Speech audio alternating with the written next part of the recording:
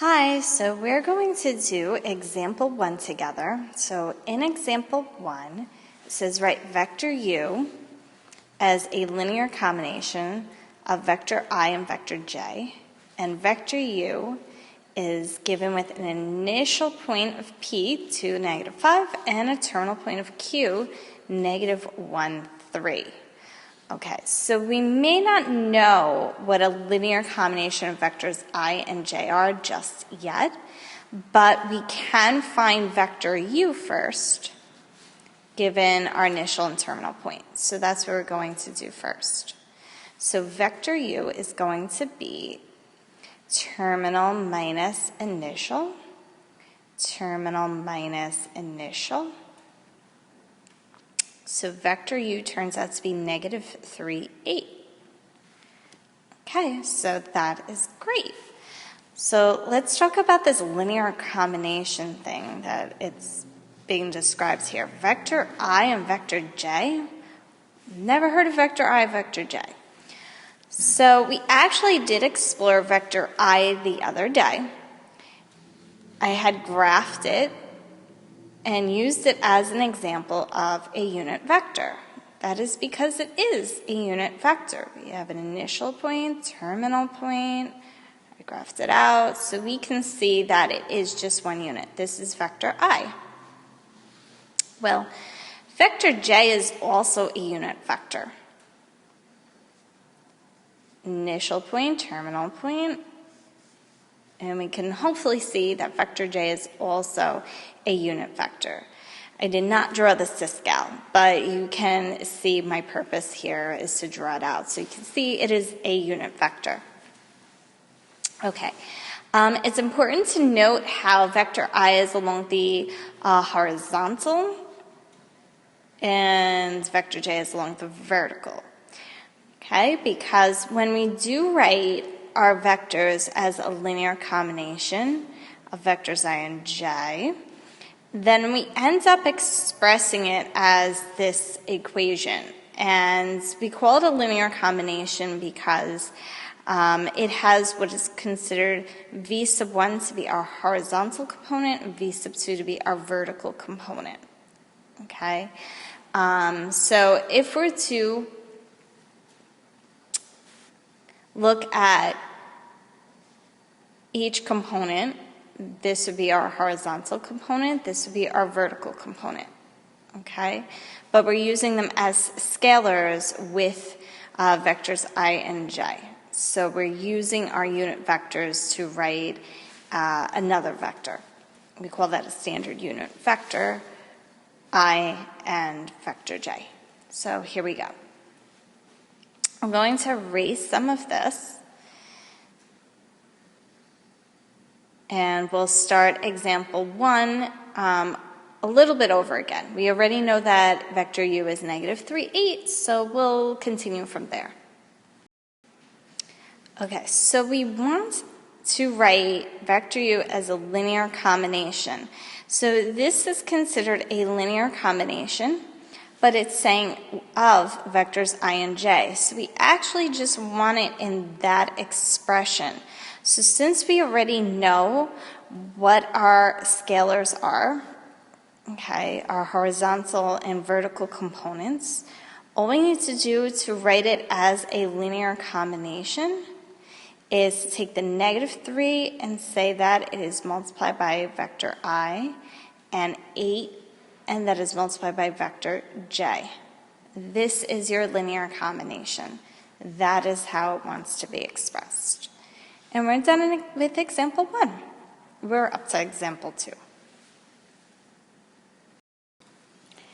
So with example 2, it's already telling us that vector u is a linear combination. And vector v is a linear combination. So now we want to find this vector here, 2 times vector u minus 3 times vector v. So in order to do that, that means we are going to multiply 2 to our linear combination that vector u is represented as.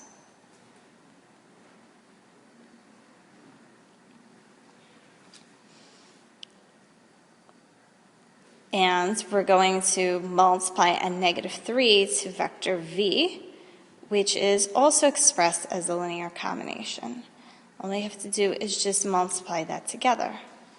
So that is going to give us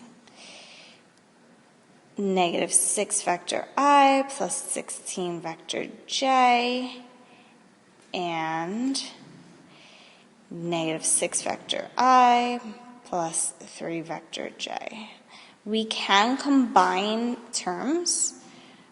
Okay, so that means that 2 times vector u minus 3 times vector v is equal to negative 12 vector I plus 19 vector j. And that's it. So that is example 2 done.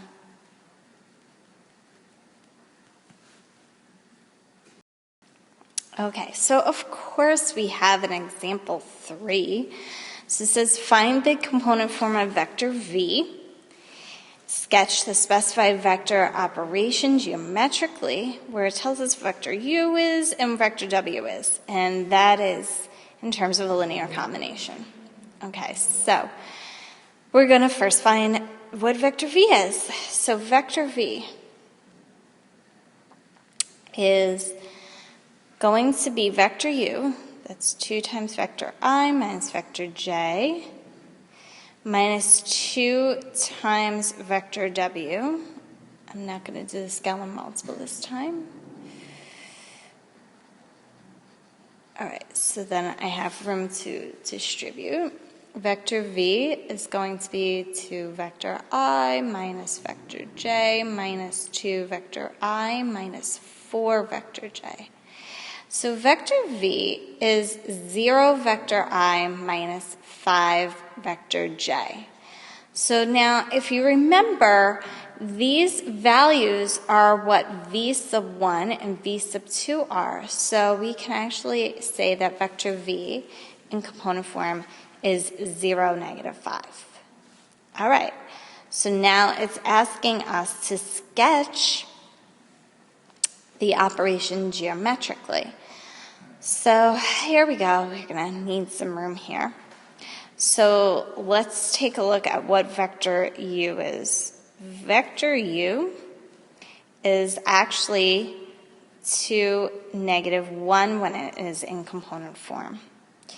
And vector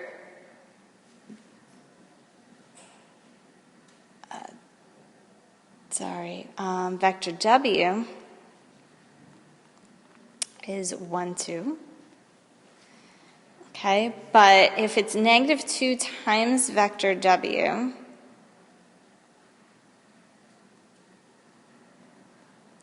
that means that negative 2 vector w is going to be negative 2, negative 4. So we just wanted to show that work there. Okay, let me try to highlight this. I was a little worried about where this was going to be. There we go. I think that's better. So let's try to draw a graph in some space here. So we have our y-axis.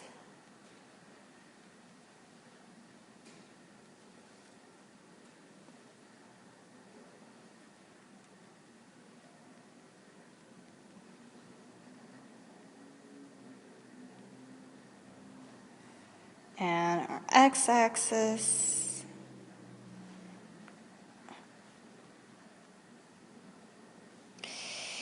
Okay, so at this point, I'm going to try to graph vector u.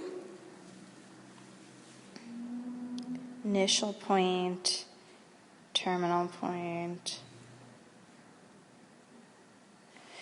And I'm going to graph negative 2 vector w.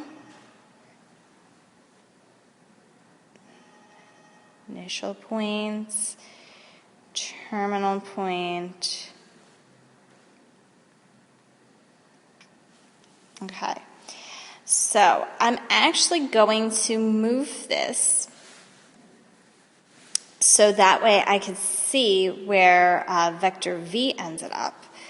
So I'm going to try to use a different value here. Oop, that was supposed to be my initial terminal. Okay.